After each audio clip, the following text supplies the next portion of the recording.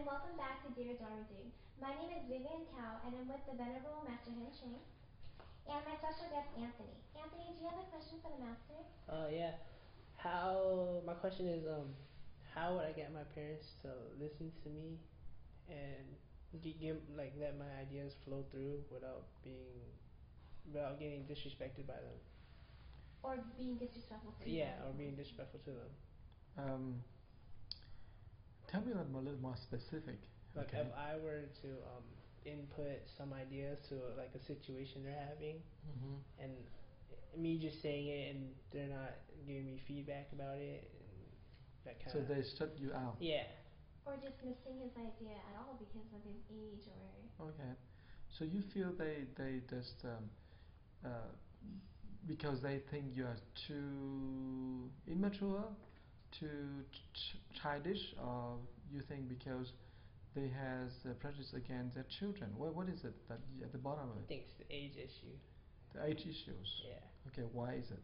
Because they think like if an adult were to give them an input about the situation, they would listen to him. Okay. If I give them the same thing, and they wouldn't say anything to me. So they had this preconception, this prejudice that you are my kid, my little baby.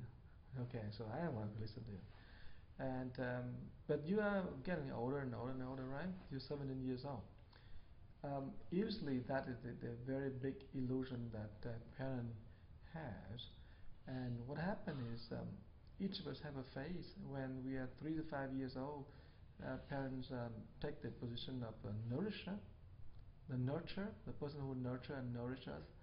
But then if we grow a little older, they are the love provider. They provide love to us. And then we grow a little older, they would become the the coach. They coach us in everything.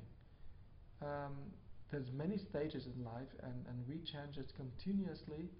But sometimes parents, they don't see that we are changing. They see us like 3 or 5 years old because they loving us, right? They loving us, but they didn't see that there is a changing in terms of intellectuality, in terms of growth.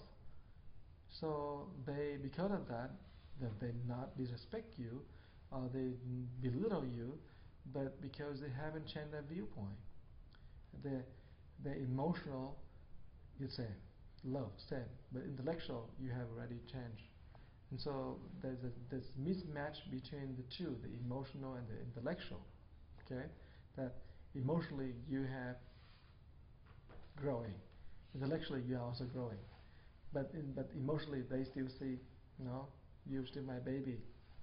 Okay, I would say in this case here, you can be very wise. Be patient. First of all, you understand their love, and you understand that there is a time for everything, and you learn how to input it in a way that is acceptable. One way is, let me ask you, it's not about the what but the how you do it, right? Let me ask you, when you input those ideas, what is your attitude? How did you do it? I do it politely at first. How do you do it politely? What's the context? How do you I would be the like, context? Mom, I think that this so and so we should do like this, and then she'd be like, whatever. But the context is very important. Yeah. The context, meaning you create the context so the parents can listen to. If you ever ask a question like, Mom, what do you think if this happened like this? Not even bother anymore. Okay, but if you ask a question like that, she would think about it. And then, for example, give me very specific the situation, and I could give you the way you ask. The way you frame the question will help parent to listen to you. So you don't need to point out to parent, okay, don't do this. I want you to do this, do that. No, you don't want to say that because they feel their authority may be threatened.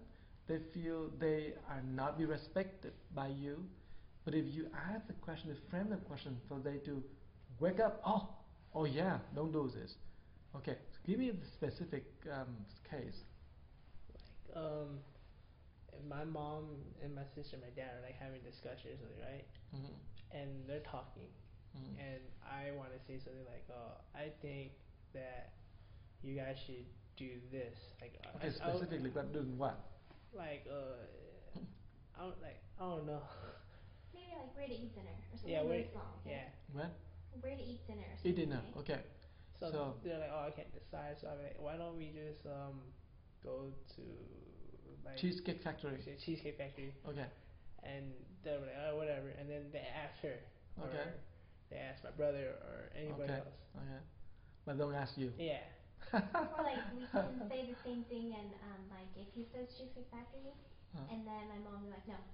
And then I'll say, oh, how about Cheesecake Factory? She's like, that's a brilliant idea. You know, Okay. it's like, but that was his So idea. she shut off from it. She totally now, she completely have you outside of her range now. You no longer have any way to say it. Okay, in that case, to be proactive, to really say things that really make your mom, to frame the question the right way. So if you ask your mom, what is your thinking? What do you like to eat? What you really want to look for? Okay, you have to ask what kind of food. But if you ask a question for her, and I don't think she will say, "Oh, don't ask me questions." I think she will answer it. Okay, as you answer, you slowly get to the point where she now will ask you, "Okay, what do you like?" Okay, that's a skill. Okay, usually it takes times. Now, for the parent whose prejudice is so strong and so deep, meaning, oh, you're a baby, you don't have any authority, you don't have any right to speak. Now that's a little harder. Sometimes you have to work through your sister or your brother to get the idea.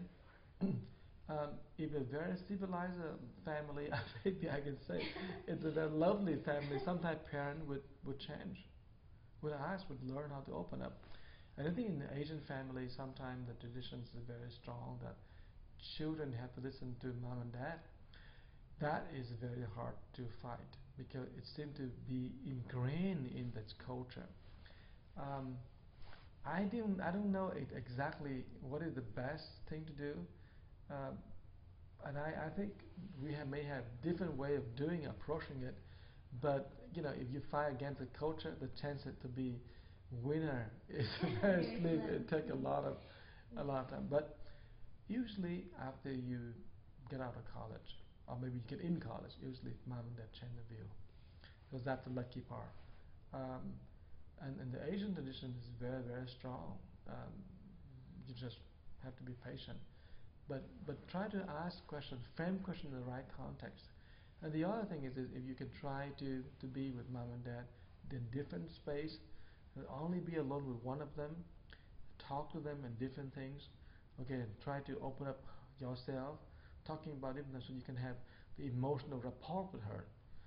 When you have emotional rapport with her, maybe she will open herself up and listen to you later. So it's all about the approach and the context of how you do it. How things are done, not necessarily what, but how. Okay. Yeah. Thank you very much, Anthony, for your question. Thank you, Master, for your answer. And thank you, viewers, for watching us. See you next time. Bye.